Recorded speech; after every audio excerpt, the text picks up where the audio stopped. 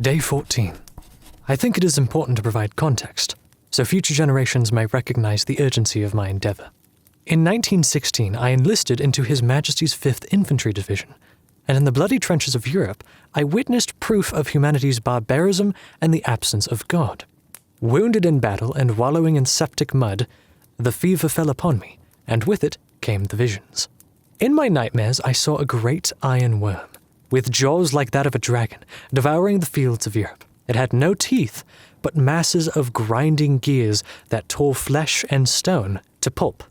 Its voice was the roar of falling artillery, its breath the blistering poison of mustard gas. Damned souls were belched into a starless sky like smoke lost into a cold, indifferent void. I have no memory of my conscious actions during that time, but at last I found myself in a hospital in London. They told me the war was over, but the dreams did not leave. I would wake in a cold sweat filled with purpose. Hastily, I scribbled down designs that had been burned into my mind, strange and alien architectures I did not recognize or understand. Finally, I returned home to my wife and children. Brave Simon and little Simone were a welcome escape from my fear, but my wife Clarice took notice. Shell shock, she called it. The word on the lips of every veteran's wife or mother. I tried to explain my visions, what instilled such fear in me, but she recoiled as if I were a madman. If only that were the case. The children heeded my warnings, however. They were rightly afraid, yet that was not my intent. No, Simon, do not fear the beast. No, Simone, please do not cry. Father will not let you be fed to the worm. The schematics! They must be the secret to stopping the worm. I feel a connection, a familiarity that likens them unto a great metal snare. With them I will cage the beast. Day 825. So long in my workshops. So long in the belly of my father's home, free from prying eyes, working, ever building. My wife questions but refuses to listen. Only the children heed, only Simon understands. A finer son no father could want. My family's wealth is modest, but the urgency that gives energy to my limbs also guides my thoughts. Through clever accounting, I can take advantage of the working class's desperation. So many seek work, an honest day's wages, that they do not question my motives. Some even show curiosity, enthralled by my designs. A work Leonardo himself would envy, they say. We are more than employer and laborer. We are a growing congregation, seers who know the truth. With the enlightened to spur the others forward, we make excellent time. They build and forge, dig and reinforce, laying pipes and wrapping conductors in rubber. On the surface, they speak of a great depression, of economic and social despair. Below, I lay the foundation of a greater tomorrow. But I smell the burning breath of the worm. It is close. We must hurry. Day 2398. I've seen the puppet of the worm, a puffy Austrian who commands power from the desperate, and in their despair they hurl themselves into the grinding teeth of the worm and call themselves masters of 1,000 years. I see his face in the newspapers and scream at his empty, hateful eyes. But no one listens, no one sees. The nightmares have changed. Now there are more than mere soldiers on an apostate battlefield. Now there are prisons. Camps of men and women and children, their flesh shriveled by cruelty and neglect. The worm feeds on them, and their souls are so weak they cannot even flee into the heavenless sky. I fear for them, but I fear for my own children even more. In my dreams I hear them crying on the battlefield. They call out for God, for their mother, for their father. Only I can answer. Day 2567. Tonight. The vision came. I saw the worm, eating the rotten flesh of a dead world. The stars had burned out, the sun bled into blackness, until the only light was but a flickering candle, a torch held against oblivion. No Christian god holds that torch, no pagan worship, no politician or priest. I hold the torch. I stand within the snare, built of the iron of the earth and the blood of man, and I bait the worm to its doom. Day 2568. Success! The worm is trapped. Day 2569. My victory was short-sighted. The worm is caged, but has already unleashed its plague upon us. The bombs fall upon London. War rages once more. The worm cries out from below, mocking me even as it thrashes within its cage. This world is doomed. The work crews fear it. Or maybe they fear me. Some want to leave to fight another pointless war for their homeland. Others stand behind me, terrified of what comes for us. How? How? How can we escape this rotting world and the locusts that devour it? Day 2569. I finally understand the purpose of my great machine. Not a cage, an engine.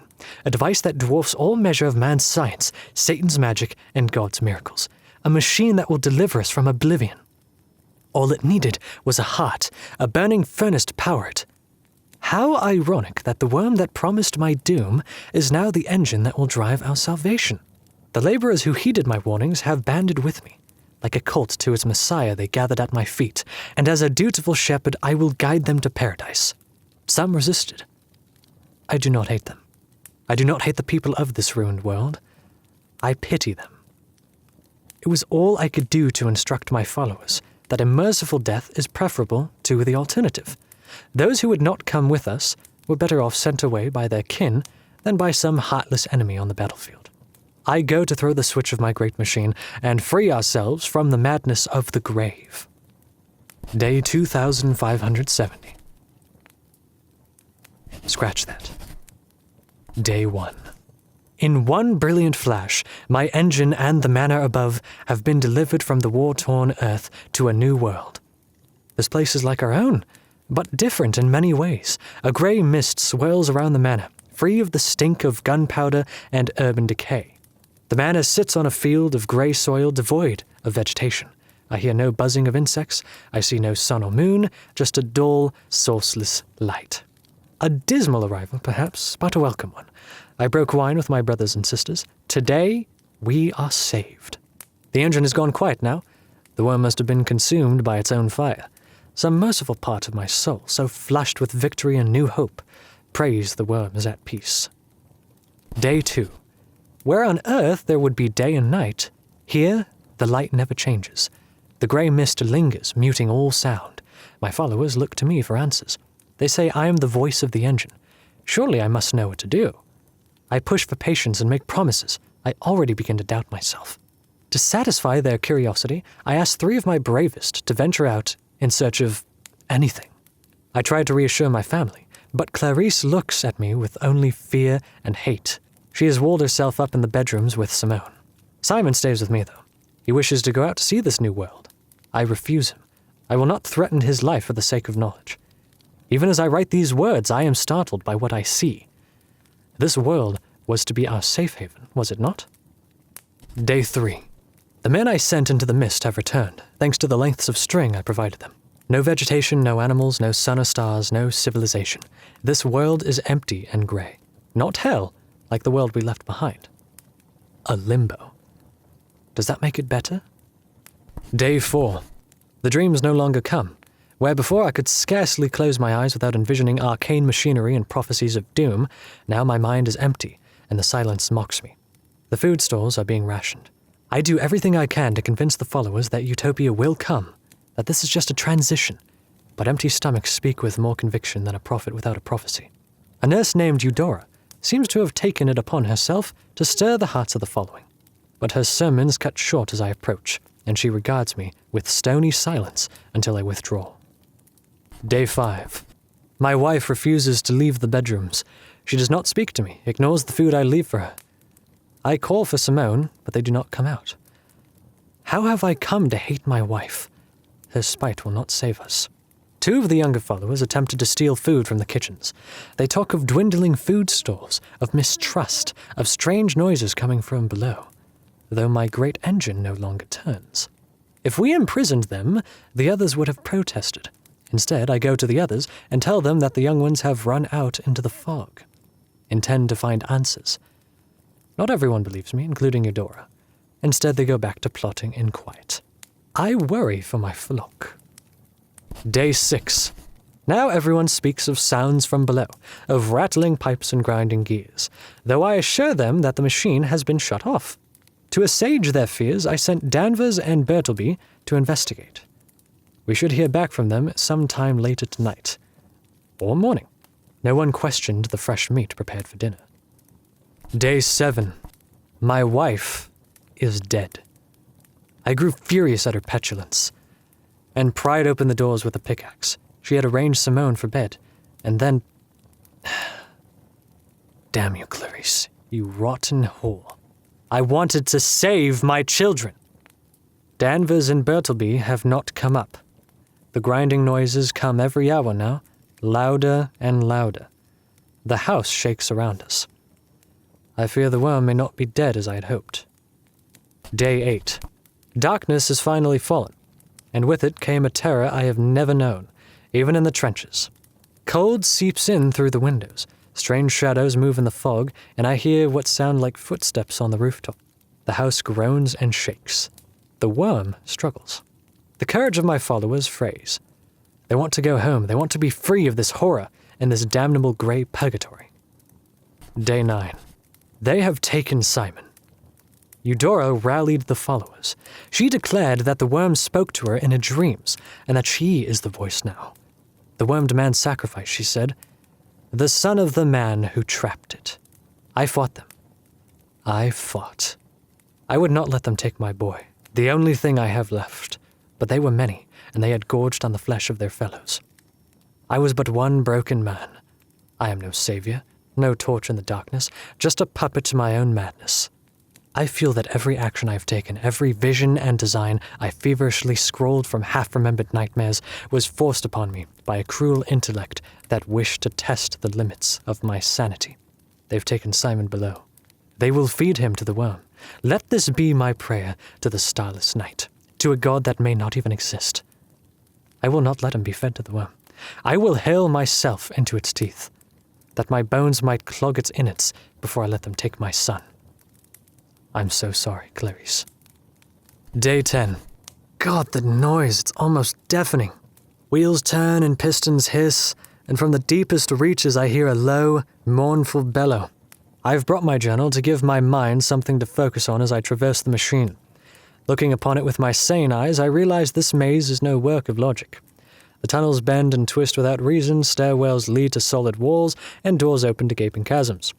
The transference to this grey world may have warped the machine, or maybe I never truly saw it for what it was, and just built according to my deranged whims.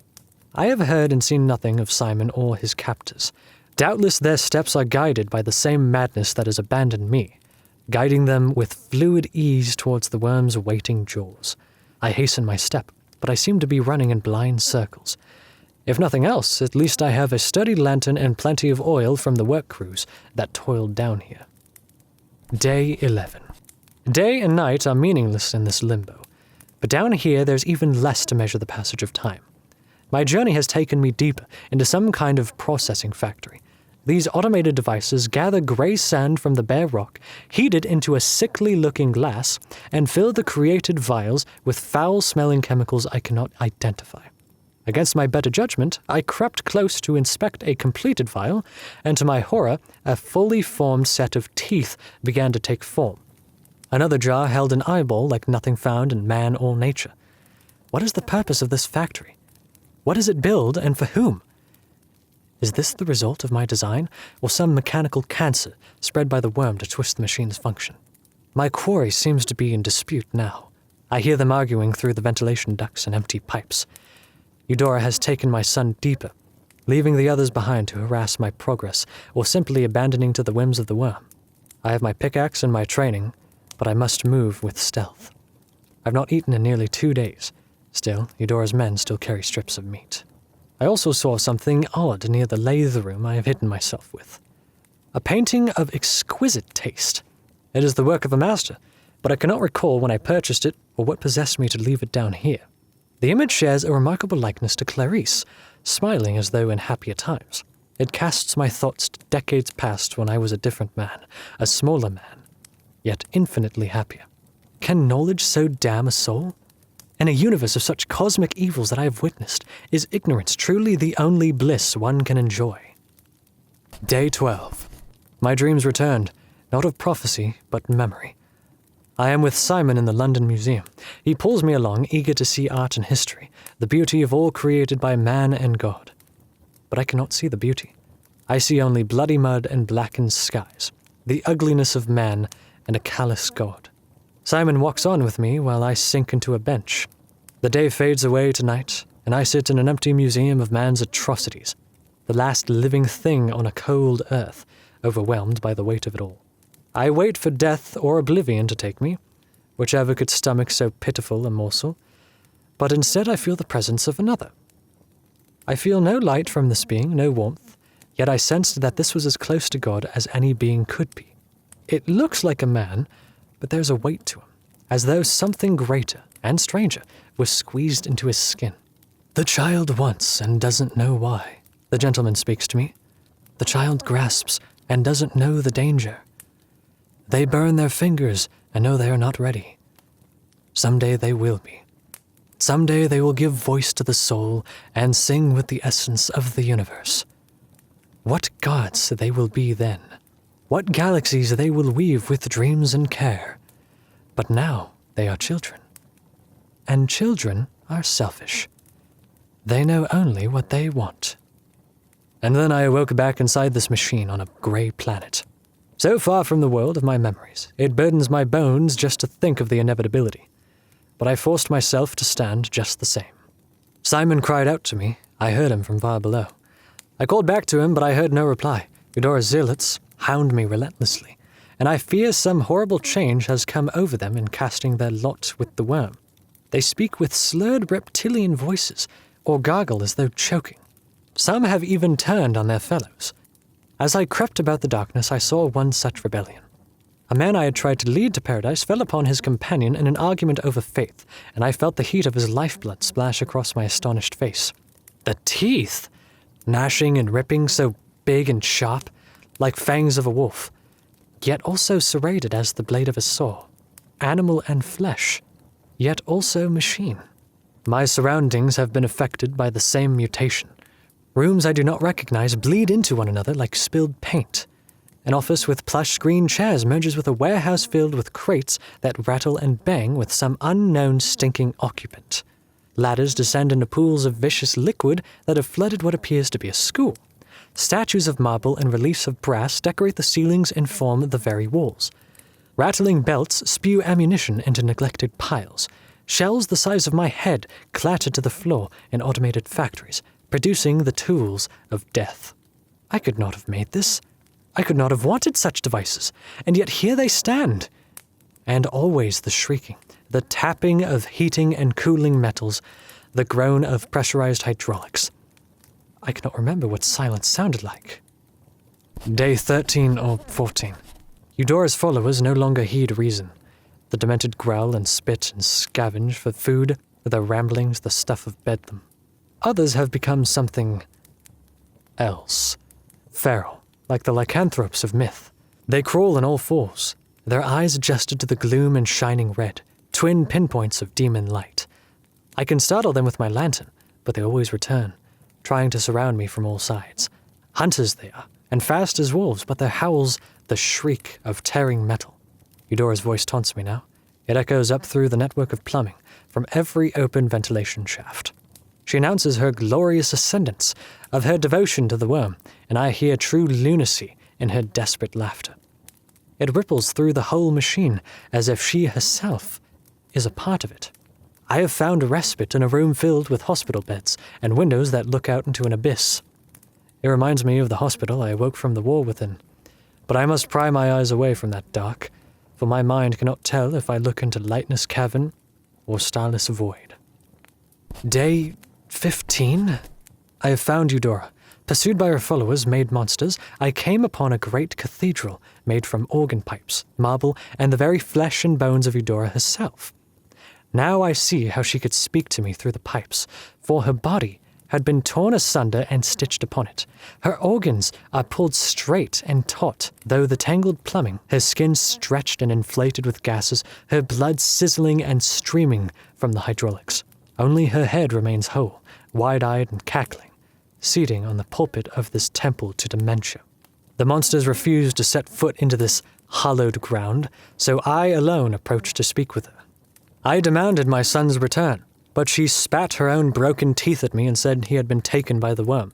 delivered to the heart of the machine where its mouth sat waiting.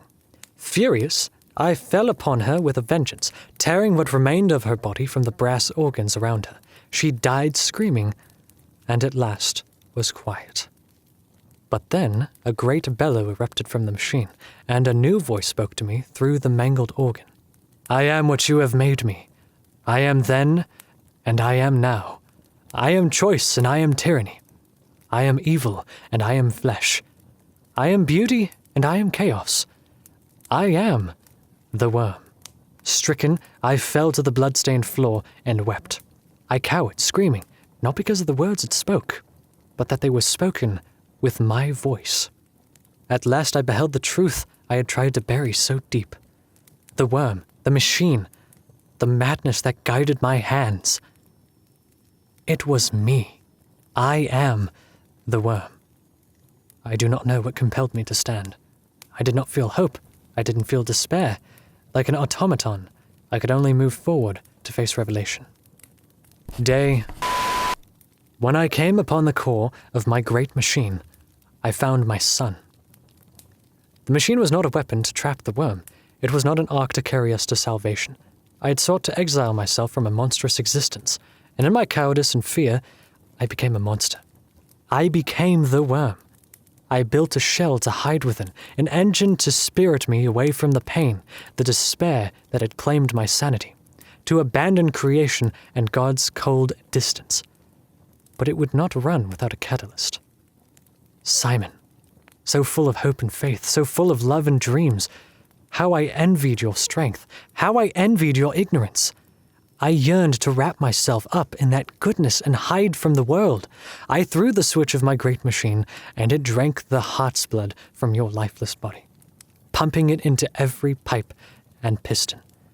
I believed your love would carry us to paradise, but it was tainted by my madness, by my act of murder.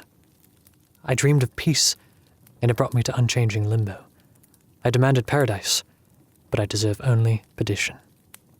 And I was so horrified by what I had done to you, I could not bear to face it. I spoke as if you were there with me, smiled as though I could see you smiling at me. When Clarice realized what I had done, what I was, she took Simone away before I sought her out as well. This place is filled with your memories, Simon. Are they the last tattered shreds of love you have for me? Or are they here to taunt and punish me, as the man-beasts that stalk the hallways surely must be? I do not know if any of you can forgive me. I only know that I promised to save my son. I promised to slay the worm. I leave this journal behind in the hopes that someday, somehow, someone will know what I did and remember the men and women I damned with my selfishness, my fear. I hurl myself into its teeth, that my bones might clog its innards. I am the worm, and Ouroboros must eat itself.